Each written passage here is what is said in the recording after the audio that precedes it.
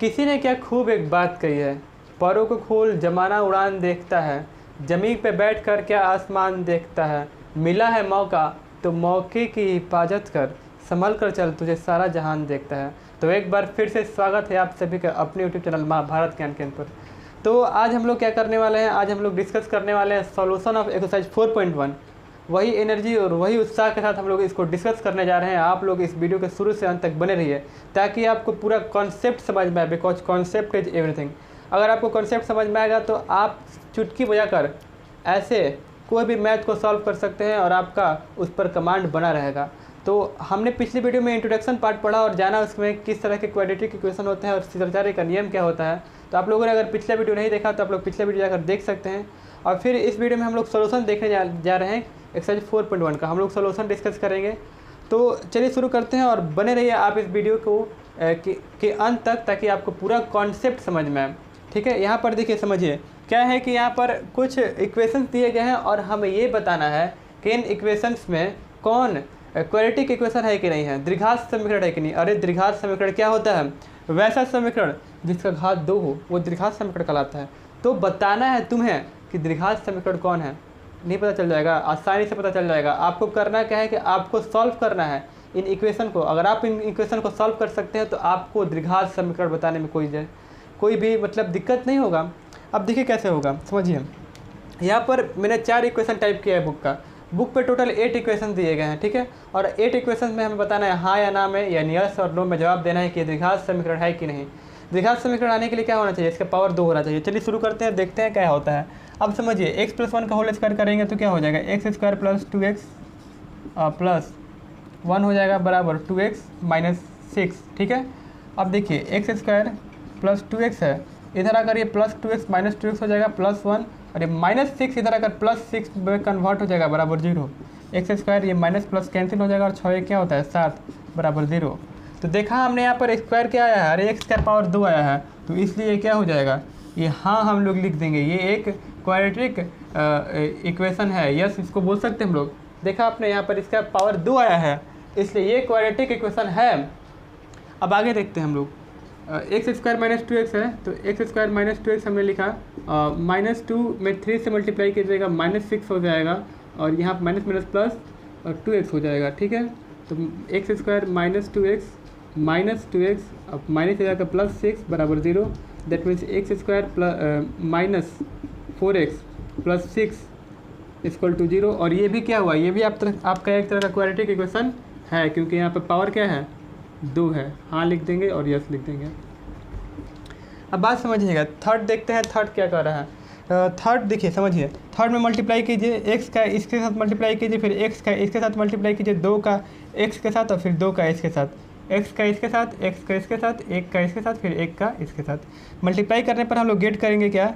x में x से multiply करेंगे x² प्लस x में 1 से मल्टीप्लाई करेंगे, 1 है ना, यहाँ पे देख लेते हैं। ठीक है, 1 है, तो x में 1 से मल्टीप्लाई करेंगे, हम लोग क्या प्राप्त करेंगे? x में 1 से मल्टीप्लाई कीजिएगा, आप लोग x ही गेट कीजिएगा। अब -2 में x से मल्टीप्लाई कीजिएगा, -2x गेट कीजिएगा, और -2 में 1 से मल्टीप्लाई -2 प्राप्त होगा। x में x से मल्टीप्लाई x² प्लस 3x, फिर -x -3, ये x वाला टर्म कैंसिल। अब हम लोग क्लियरली देख सकते हैं कि यहाँ पर x² बच ही नहीं रहा है।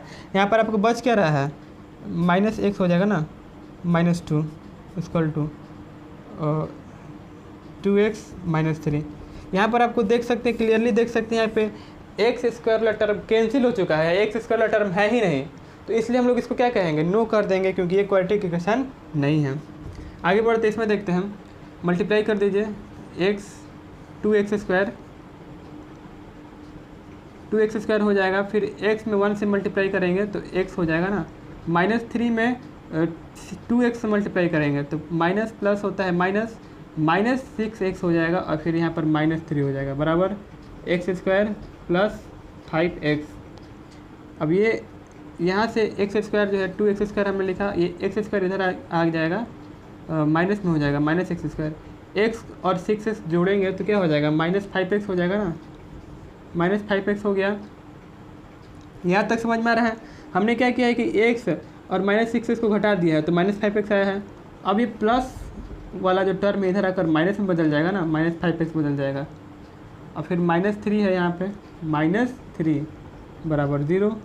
x² में से x² जाएगा तो x² बचेगा, -5x -10x हो जाएगा, -3 बराबर 0। तो यहाँ पर भी हम लोग क्या लिख सकते हैं, यस लिख सकते हैं।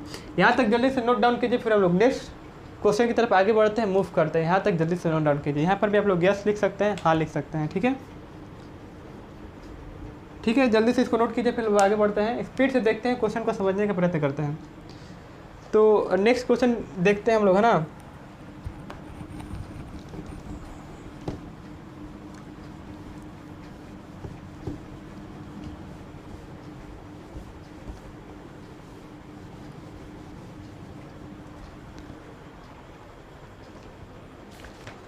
नेक्स्ट क्वेश्चन देखते हैं हम लोग।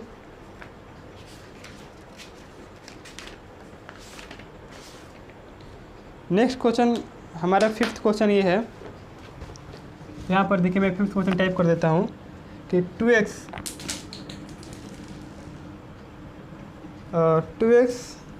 -1। हमारा 5th क्वेश्चन ये है 2x - 1 x - 3 बराबर x + 5 x - 1। ठीक है, ये हमारा है। फिर 6th क्वेश्चन ये देख लीजिए। 6th क्वेश्चन है x² + 3x + 1 बराबर x - 2 का होल स्क्वायर। देखते हैं, डिस्कस करते हैं इन क्वेश्चन पर। ठीक है, तो चलिए डिस्कस करते हैं, देख लेते हैं। अब बात समझिए, यहाँ पर क्या करेंगे हम लोग, करना कुछ नहीं, बहुत ईजी है, आसान तरीके से बन जाएगा। अब देखिए 2x में x से मल्टीप्लाई कीजिए। ठीक है, तो 2x² हो जाएगा कि नहीं हो जाएगा। और साथ ही साथ 2x में 3 से मल्टीप्लाई कीजिए तो -6x हो जाएगा। फिर यहाँ पे -x आ जाएगा, फिर -+3 हो जाएगा बराबर x में x से मल्टीप्लाई x² हो जाएगा। और फिर ये -x और +5x फिर -5। अब यहाँ पे ध्यान समझिए, इसको और सॉल्व करके लिख सकते हैं। 2x² -6x -x 7x हो जाएगा, +3 बराबर x²। यहाँ पर 4x हो जाएगा। ठीक है, -5, क्योंकि 5 में से 1 जाएगा तो 4 बचेगा। अब 2x² हमने लिखा, x² वाला टर्म इधर आ गया, -x² -7x, ये +x इधर आकर -4x बन गया, और +3, और ये -5 इधर आकर +5 बन जाएगा बराबर 0। तो हम लोग लिख सकते हैं 2x² में से x² जाएगा तो x² बचेगा, और -11x, और फिर 5 3 जाए 8 हो जाएगा बराबर 0। तो ये क्या है, ये एक तरह का आपको क्वाड्रेटिक इक्वेशन आता है कि नहीं आता है। ये आपको एक तरह का क्वाड्रेटिक इक्वेशन आ चुका है, और इसलिए ये द्विघात समीकरण है। यहाँ पर हम लोग यस लिखेंगे और आगे बढ़ जाएंगे। आगे देखते हैं, हमारा क्वेश्चन ये है x² + 3x + x। तो हमने लिखा x² + 3x + 1 लिखा, और यहाँ पर हमने स्क्वायर कर दिया x² a² - -b। ये फार्मूला पर है a - b के होल स्क्वायर पे। तो क्या होता है, a² - 2ab + b² होता है। तो हमने लिखा a² - 2 और a और ये b + b²। b² क्या है, तो 2 का स्क्वायर 4 कर दीजिए। अब देखिए समझिए, तो ये x² से ये x² कैंसिल हो जाएगा, तो हमारे पास जो पावर बच रहा है वो x के पावर 1 में बच रहा है ना। तो यहीं से हम लोग कह सकते हैं कि आगे हम लोग कह सकते हैं कि ये जो है द्विघात समीकरण नहीं है। क्या द्विघात समीकरण है, यहाँ पर पावर आप क्लियरली देख सकते हैं कि 1 है, तो इसलिए द्विघात समीकरण नहीं है। यहाँ तक नोट कीजिए, फिर हम लोग नेक्स्ट क्वेश्चन की तरफ डिस्कस करते हैं। नोट कीजिए यहाँ तक।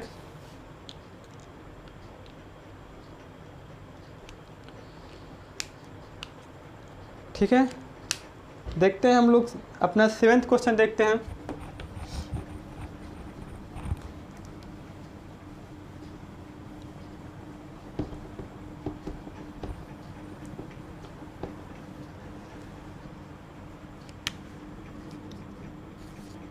सेवेंथ क्वेश्चन क्या कर रहा है, देखिए 7th क्वेश्चन कह रहा है, क्या कह रहा है 7th क्वेश्चन हम लोग देखते हैं, डिस्कस करते हैं उस पर कि x + 2 का होल क्यों।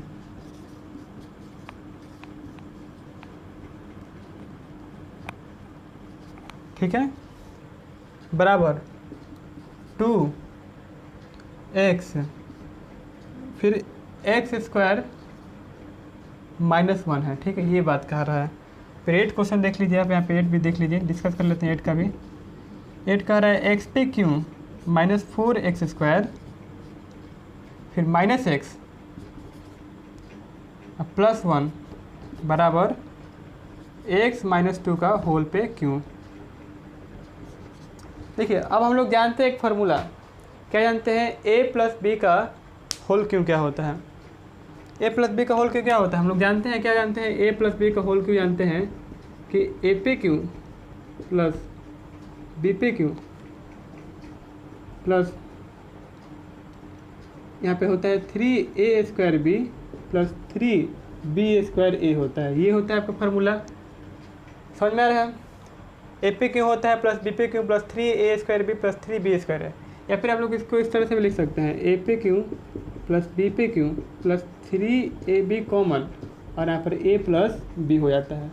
इस बात को समझिए, कोई दिक्कत है यहाँ पे। और यहाँ पर एक और फॉर्मूला आप लोग जान जाइए, a - b का होल पे क्यों क्या होता है, वो होता है a पे क्यों प्लस b पे क्यों, यहाँ पे होता है देखिए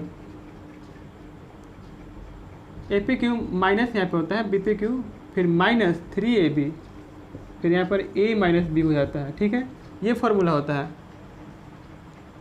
तो आप लोग इसको ध्यान में रखकर हम लोग आगे बढ़ेंगे, ठीक है।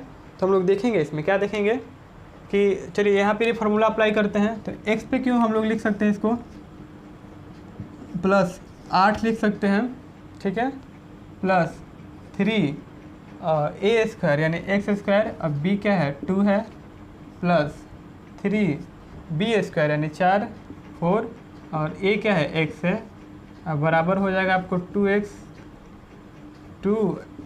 के पावर 3 -1।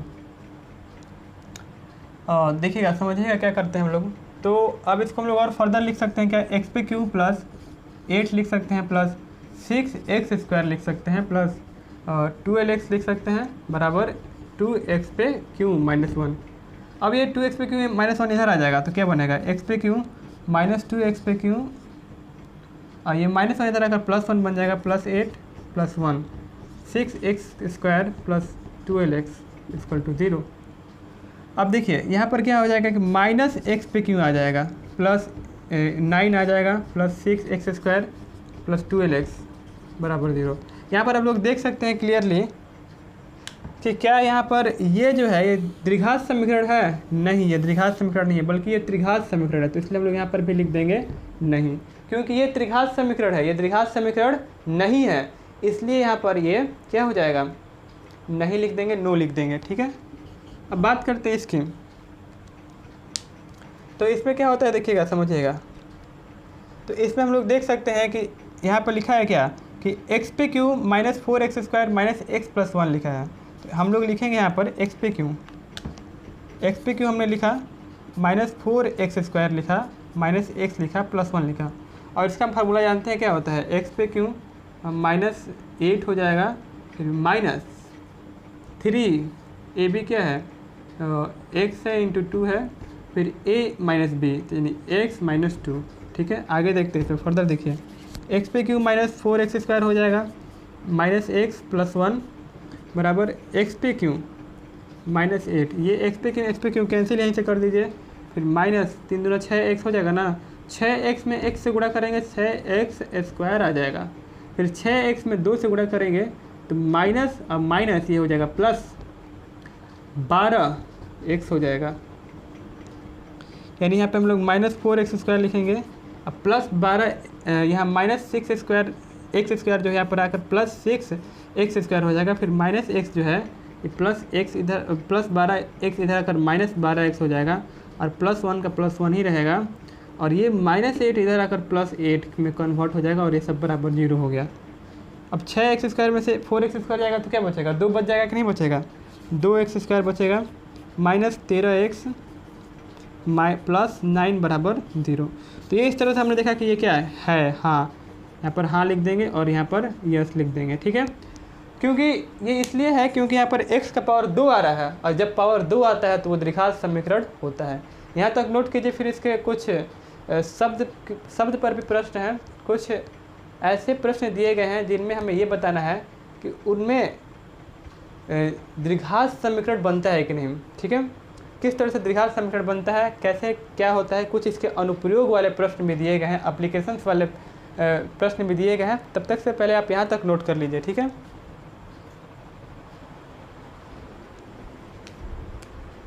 प्रश्न दिए गए हैं जो अनुप्रयोग से है, उसने कहा कि निम्न स्थितियों को द्विघात समीकरण के रूप में निरूपित कीजिए। हमें क्या कर रहा है कि इन सारी स्थितियों को द्विघात समीकरण के रूप में निरूपित करना है। क्या हम लोग कर पाएंगे? देखिए कैसे करते हैं और किस तरह से होता है। आप लोग इस वीडियो को देखिए और समझिए और समझने का प्रयत्न कीजिए, ठीक है। और मेरा आपसे एक निवेदन ये भी है कि आप क्वेश्चन को पहले खुद सॉल्व करने का प्रयत्न कीजिए, उसके बाद वीडियो सोल्यूशन को देखने का काम कीजिए। क्योंकि खुद से सॉल्व करने से क्या होता है कि एक प्रकार का जोश आता है, जुनून आता है, कि जज्बा आता है कि नहीं, हाँ मैं भी हूँ, कि मैं कर सकता हूँ, मेरे अंदर भी जोश है, जज्बा है, ऐसा नहीं है कि मैं नहीं कर सकता।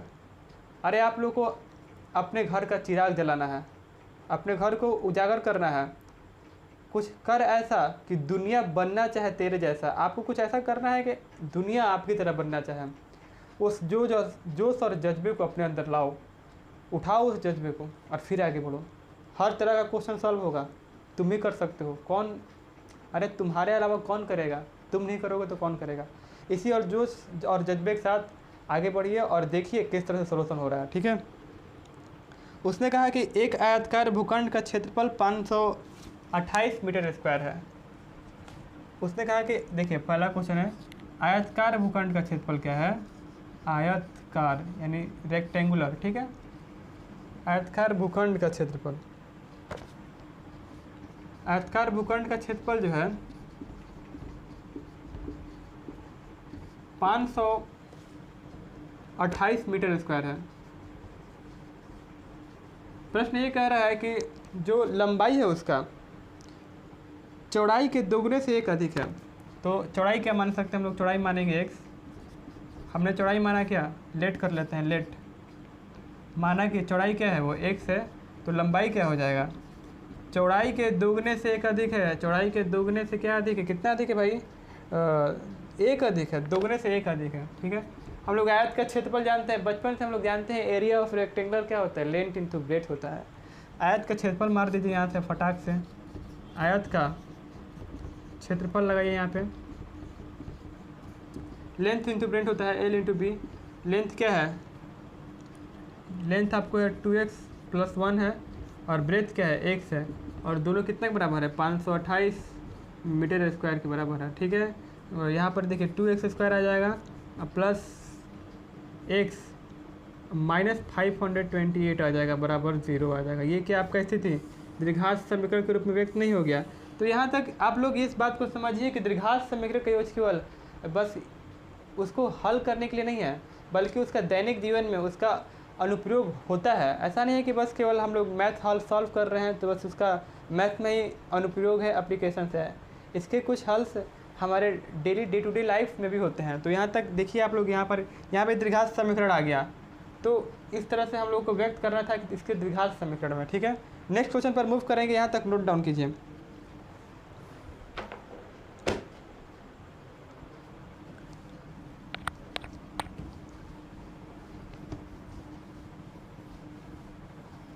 सेकंड क्वेश्चन कह रहा है कि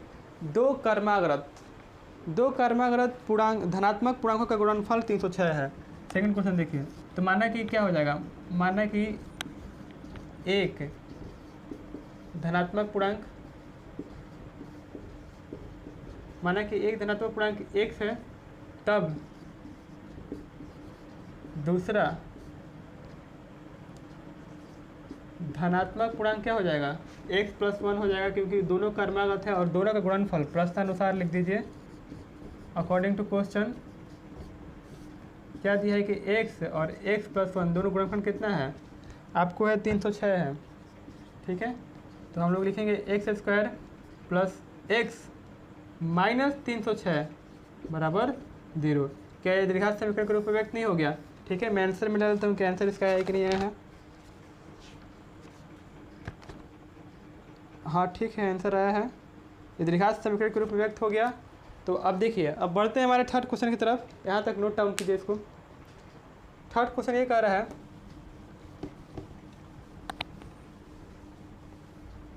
कि रोहन की माँ का उससे 26 वर्ष बड़ी है। देखिए, तो रोहन की उम्र क्या हो जाएगी, x हो जाएगी ना। रोहन की उम्र क्या मान लेते हैं, x। तब उसकी माँ की उम्र क्या हो जाएगी, तो माँ की उम्र हो जाएगी x + 26, क्योंकि उससे 26 वर्ष बड़ी है। अब कह रहा है कि 3 वर्ष बाद,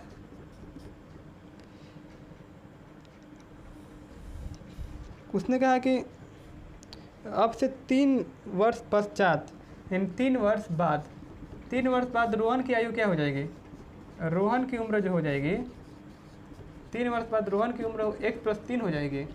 और माँ की उम्र क्या हो जाएगी, रोहन की माँ की उम्र जो हो जाएगी आपको, वो x + 26 में आप 3 जोड़ दीजिए, क्या हो जाएगा, x + 29 हो जाएगी। प्रश्नानुसार क्या कह रहा है कि उसने कहा कि उनकी आयु का गुणनफल अब से 3 वर्ष बाद 360 हो जाएगा, मतलब उनकी आयु का गुणनफल पूछ रहा है। तो प्रश्नानुसार हम लोग लिख देंगे यहाँ पे, प्रश्नानुसार हम लोग कहेंगे उनकी आयु का गुणनफल कह रहा है ना, गुणनफल मतलब क्या, उनका प्रोडक्ट कह रहा है। तो इसकी बात करेंगे, 3 वर्ष पश्चात की बात कर रहा है, x + 3 हो जाएगा, फिर x + 29 हो जाएगा, बराबर क्या हो जा रहा है, वो हो जा रहा है 360 हो जाएगी। तो 360 हो गया यहाँ पे। अब समझो, x में x से गुणा करो x², x में 29 से गुणा करेंगे 29x आ जाएगा, प्लस x में 3x आ जाएगा, और फिर 3 में 29 से मल्टीप्लाई कीजिए, 7 3 27 का 7 कैरी 2, फिर 3 2 + 6 7 8 87 आ जाएगा ना, बराबर 360। अब देखो x² प्लस 29 में 3 जोड़ देंगे, 32x आ जाएगा, फिर प्लस 87 या -316 हो जाएगा, बराबर 0। 360 में से आप 87 घटा दीजिए, क्या बचेगा, 3 8 7 15 273 बच जाएगा, ठीक है, 273 बच जाएगा। तो यहाँ पर हम लोग -273 बच जाएगा, 32x - 273 बट इक्वल टू 0। तो इस तरह से हमने इसको भी द्विघात समीकरण के पद में व्यक्त कर दिया। हम मिला लेते हैं इसका आंसर आ रहा है कि नहीं, ठीक है, तब तक से आप नोट कीजिए। ठीक है, 273 आ रहा है, 273 सही है। अब बात करते हैं हमारे अगले क्वेश्चन की तरफ। तो यहाँ तक आप लोग नोट कीजिए, फिर हम लोग अगले क्वेश्चन की तरफ मूव करते हैं। हमारा 4th क्वेश्चन है, देखिए क्या कह रहा है।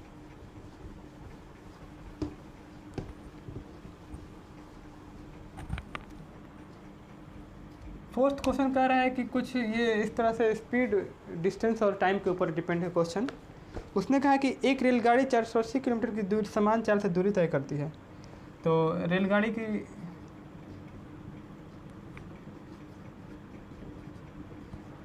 की जो दूरी है वो 480 हो जाएगी, ठीक है, 480 किलोमीटर हो गया, ठीक है। यदि हम लोग जानते हैं क्या होता है, चाल बराबर होता है दूरी बटा में समय, और तब दूरी बराबर क्या होता है, दूरी बराबर होता है चाल इंटू समय, ठीक है। अब कह रहा है कि यदि उसकी चाल 8 किलोमीटर कम हो जाती है, तो मान लेते हैं कि रेलगाड़ी की चाल जो है, माना कि रेलगाड़ी की चाल जो है क्या है, वो 1 किलोमीटर/आवर है। अब कह रहा है कि रेलगाड़ी की चाल जो है, तब अब समझिए, यहाँ पे समझिए, चाल जब x हो गया तो हम लोग दूरी भी इसके टर्म में निकाल सकते हैं ना। मान लीजिए x चाल हो गया तो दूरी कितना हो गया, 480 हो गया, और समय क्या है, t है। तो टाइम बराबर क्या लिख सकते हैं, 480 बटा में x लिख सकते हैं, ये हमारा समय हो जाएगा, ठीक है। अब उसने कहा कि यदि इसकी चाल 8 किलोमीटर प्रति घंटा कम होती तो वह उसी दूरी को तय करने में 3 घंटा अधिक समय लेती। प्रश्नानुसार हम लोग चलेंगे यहाँ से। कह रहा है कि यदि उसकी जो चाल है वो 8 किलोमीटर प्रति घंटा कम होती तो वह 3 घंटे का अधिक समय लेता। तो हमने चाल क्या किया प्रभु जी, कम कर दिया। चाल कम किया तो क्या हुआ, यहाँ पर हमने लिखा x -8 लिख दिया, चाल कम हो गया। चाल कम हो गया। चाल बराबर क्या होता है, दूरी, दूरी बटा में समय होता है। दूरी कितना है, 480 है ना, और समय कितना है, समय ये है 480 एक्स। तो समय 3 घंटा अधिक लगता है, तो +3 कर देंगे, क्योंकि 3 घंटा कह रहा है कि अधिक समय लगता है, तो 3 घंटा अधिक समय लगेगा, तो समय में x प्लस कर देंगे। अब क्रॉस मल्टीप्लिकेशन कर दीजिए यहाँ से, x - 8 फिर 480/x + 3 बराबर 480।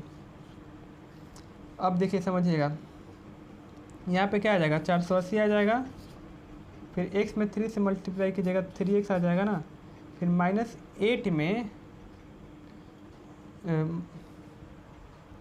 -8 में ना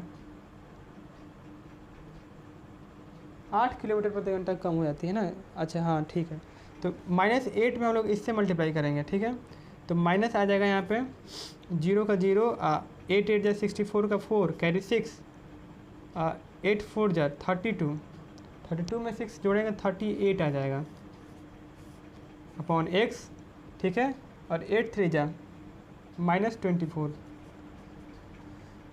480 आ जाएगा, ठीक है। अब बात समझिए, यहाँ पे 480 ये और यहाँ पे ये 0 ख़त्म हो गया। अब हम लोग क्या करेंगे, यहाँ पर ऐसे लिख सकते हैं 3x - 3840 अपॉन x, और ये जो है ये टर्म बराबर में 24 चला जाएगा, यहाँ पर माइनस प्लस में आ जाएगा। तब आप यहाँ पे इसका एलसीएम निकाल सकते हैं। एलसीएम निकालिएगा क्या आएगा, x का x आ जाएगा, फिर 3x², फिर यहाँ पर आ जाएगा क्या -3840 आ जाएगा बराबर 24x आ जाएगा, 24 आएगा, ठीक है। तो 24 आया, तो अब क्या करेंगे, क्रॉस मल्टीप्लिकेशन कर देंगे, इधर से x हो जाएगा मल्टीप्लाई, 3x² - 3840, फिर यहाँ पर हो जाएगा आपको क्या हो जाएगा 24x हो जाएगा, क्रॉस मल्टीप्लाई कीजिएगा तो फिर आप लिख सकते हैं 3x² - 24x - 3840, ये आपका क्या हो जाएगा, आंसर हो जाएगा। आप देख सकते हैं कि ये क्या हो गया, ये द्विघात समीकरण के टर्म में व्यक्त हो चुका है। यहाँ पे 3 कर दीजिए यहाँ पर। तो इस तरह से हमने इसको द्विघात समीकरण के टर्म में व्यक्त कर दिया। हम आंसर मिला लेते हैं कि आंसर आया है कि नहीं।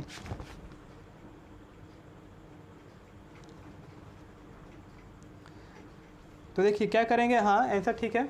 अब यहाँ पर हम लोग 3 कॉमन भी ले सकते हैं। 3 कॉमन ले लेंगे तो क्या हो जाएगा, x² हो जाएगा, -8x हो जाएगा, -3 कॉमन लीजिएगा, देखिएगा क्या होगा, 3 1 जा 3, 3 2 जा 6, 3 8 जा 24, ये आपका आंसर हो जाएगा। आंसर ये दिया है, तो ये आंसर बिल्कुल सही है। आप लोग यहाँ तक क्या कीजिए, नोट कर लीजिए। फिर हम लोग मिलेंगे नेक्स्ट वीडियो में, तब तक के लिए जय हिंद जय भारत। यहाँ तक नोट कीजिए, मिलते हैं नेक्स्ट वीडियो में। तब तक के लिए अपना ख्याल रखिए, और इस तरह से मुस्कुराते रहिए, हंसते रहिए, खेलते रहिए, और हमारे साथ बने रहिए। और हमारे इस वीडियो को देखने के लिए आपका तहे दिल से बहुत बहुत धन्यवाद। मिलते हैं नेक्स्ट वीडियो में।